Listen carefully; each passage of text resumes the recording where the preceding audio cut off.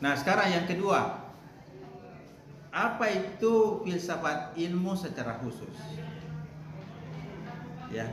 Nah, saudara sekalian, kalau kita belajar filsafat ilmu, sebenarnya itu menyangkut bagaimana cara kita ya mengenali ilmu-ilmu yang benar, bagaimana cara mendapatkan ilmu secara benar, dan bagaimana kita mengenali bagian-bagian ya, bagaimana cara kita menemukan teori dan sebagainya pada ilmu yang kita kaji.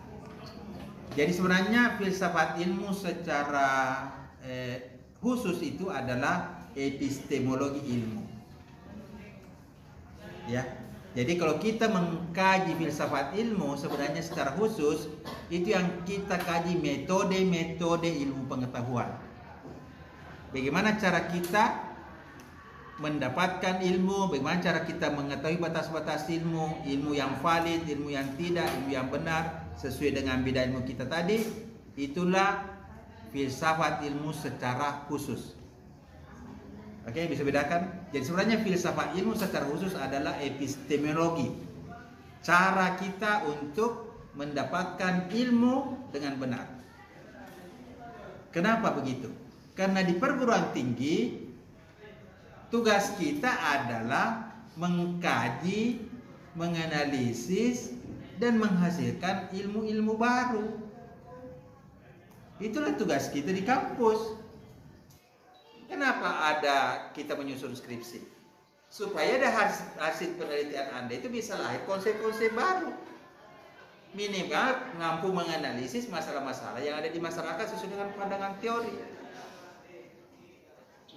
Jadi kalau Anda ingin mempelajari filsafat ilmu secara khusus, Anda harus paham metodologi keilmuan.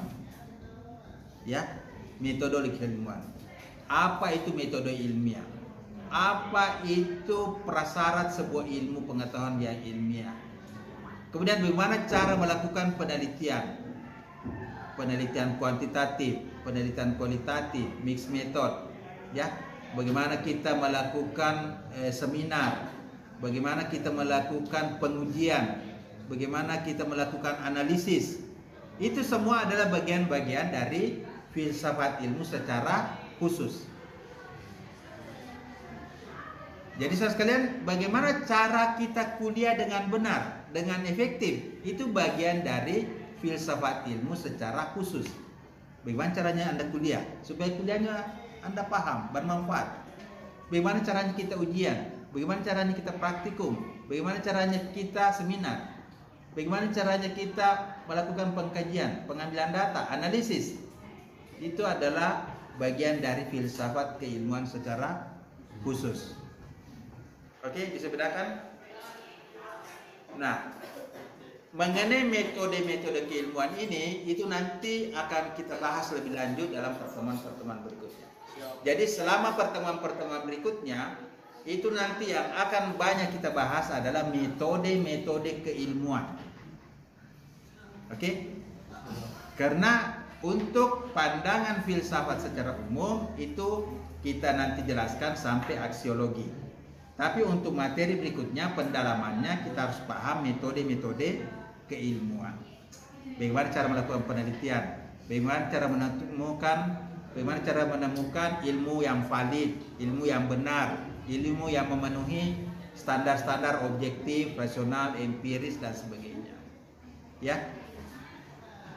Oke, saya kira itu ya saudara sekalian. Jadi pengertian filsafat ilmu itu ada dua, ada pengertian umum dan pengertian khusus. Ya. Nah, pengertian khusus ini saya sudah jelaskan dan inilah yang perlu lebih banyak nanti Anda gunakan ketika Anda kuliah selanjutnya sampai Anda sarjana. Karena kan Anda sudah berada di wilayah domain bidang keilmuan Anda. Jadi ontologinya itu tidak mungkin Anda salah karena Anda sudah berada di prodi ini. Oke? Nah, yang perlu Anda perdalam bagaimana epistemologinya supaya Anda tahu tata cara belajar yang baik selama Anda kuliah di MD, di UIN. Bagaimana caranya Anda mendapatkan ilmu? bagaimana Anda bisa mengetahui bidang-bidang ilmu yang seharusnya Anda kaji secara valid, secara benar, sesuai dengan standar-standar keilmuan. Ya, itu yang perlu Anda lakukan. Ya. Nah, saudara sekalian, saya kira itu ya untuk penjelasan ini merangkum sebelum kita masuk ke materi ontologi, epistemologi, dan metode keilmuan. Ini saya coba rangkum dulu bagaimana apa yang harus Anda pahami mengenai filsafat ilmu, ya. Mengenai filsafat ilmu. Jadi Anda sudah tahu bahwa kalau nanti kita belajar ontologi, epistemologi, psikologi, berarti kita belajar filsafat ilmu secara umum. Dan kalau kita sudah belajar metodologi keilmuan, berarti kita sudah belajar filsafat ilmu secara khusus.